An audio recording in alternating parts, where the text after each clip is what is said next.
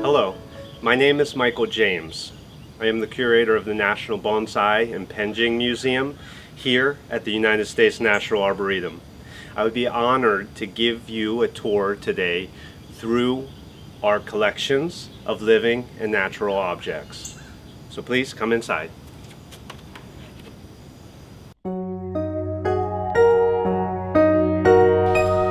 Here we are in our Cryptomeria walk. This garden is planted as a native Asian forest. The trees are Cryptomeria japonica. They get very, very tall in their wild habitat. These trees are very symbolic and special in Asia. They are often found outside of palaces and temples.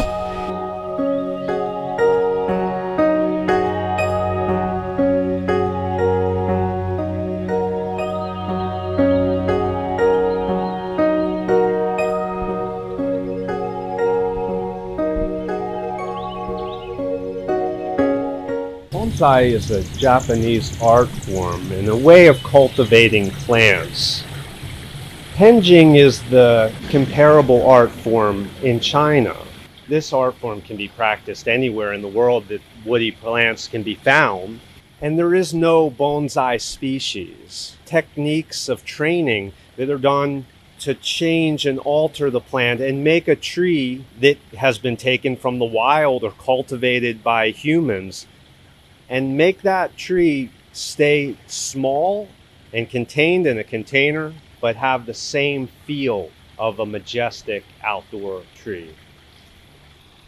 The museum also has a collection of viewing stones. Viewing stones, or suiseki as they're called in Japanese, are stones collected that are often unaltered by humans to represent things in nature. These stones oftentimes represent animals, mountains, waterfalls. Now we are entering the Chinese pavilion, where this art form originated. Penjing, or Penzai as it was first called, was first heard of in poetry around 300 AD. It then was also found in paintings. Penjing was greatly influenced by a class of people in China called the literati. These were scholars. They were literate. They would oftentimes go into nature to seclude themselves and study by reading, doing brush paintings, and writing poetry. This stone penjing on this rectangular marble tray represents a scene from the South China Sea where the stones jut up out of the water, and there's a mythical story that a dragon was chased from the land, and the body of the dragon going up and down formed these peaks and valleys of stone through the sea.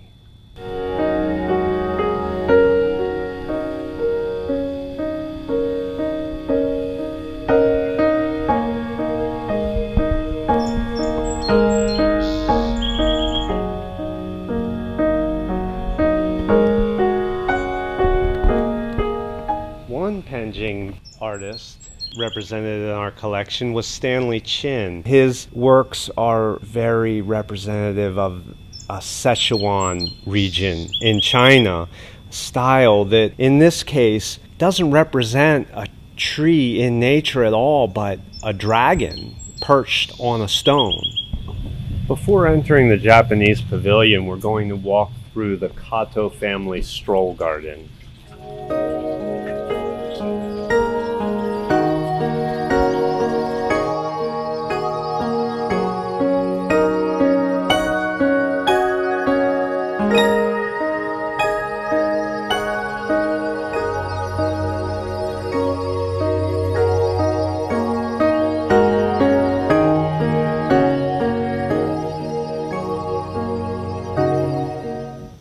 This Japanese white pine of the Miyajima cultivar was donated by Masaru Yamaki. It was within the Yamaki nursery and household since 1625. In 1945, it was within 2 miles of the Hiroshima bombing, and later gifted to the United States of America as a gift for our bicentennial in 1976 and an offering of peace and reconciliation.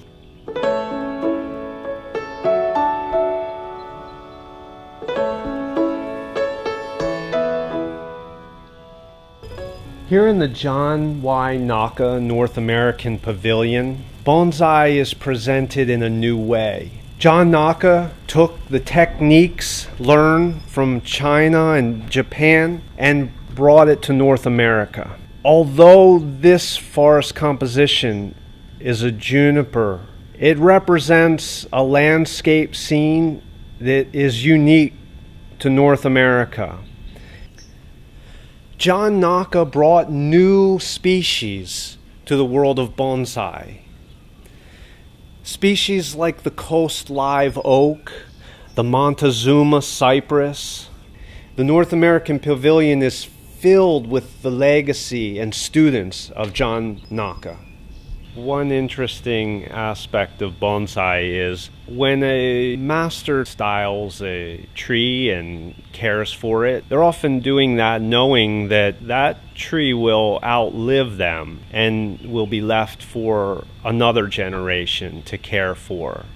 So any good bonsai practitioner will leave the trees that they created for someone else, and they will be in a better form through that multi-generational collaboration.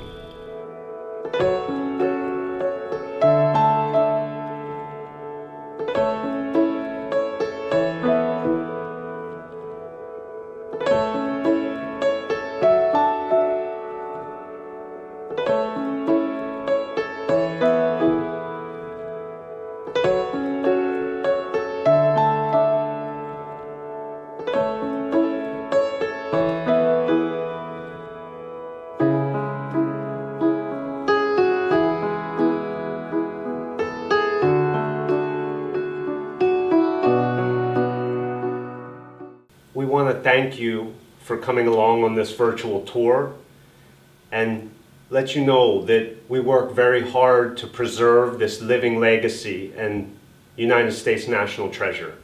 So please come visit us soon and enjoy the peace and serenity that this collection brings to us all.